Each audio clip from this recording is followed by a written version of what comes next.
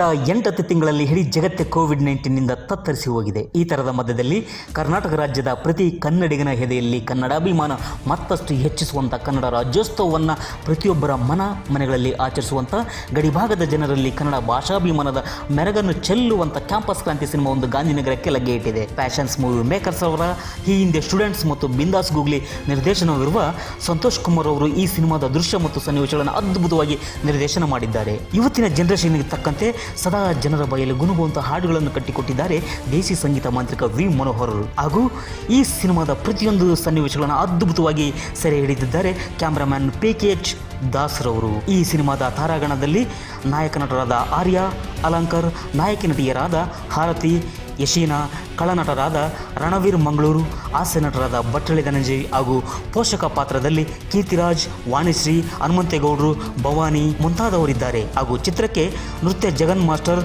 ಹಾಗೂ ಕುನ್ಫು ಚಂದ್ರದ್ದು ಸಾಹಸ ಆಗಿದ್ದು ಈಗಾಗಲೇ ಸಾಮಾಜಿಕ ಜಾಲತಾಣಗಳಲ್ಲಿ ಸಿನಿಮಾ ಅದ್ಭುತವಾಗಿ ಜನರನ್ನು ಸೆರೆ ಹಿಡಿಯುವಂಥ ಪೋಸ್ಟರ್ಗಳನ್ನು ಈಗಾಗಲೇ ಬಿಡಲಾಗಿದೆ.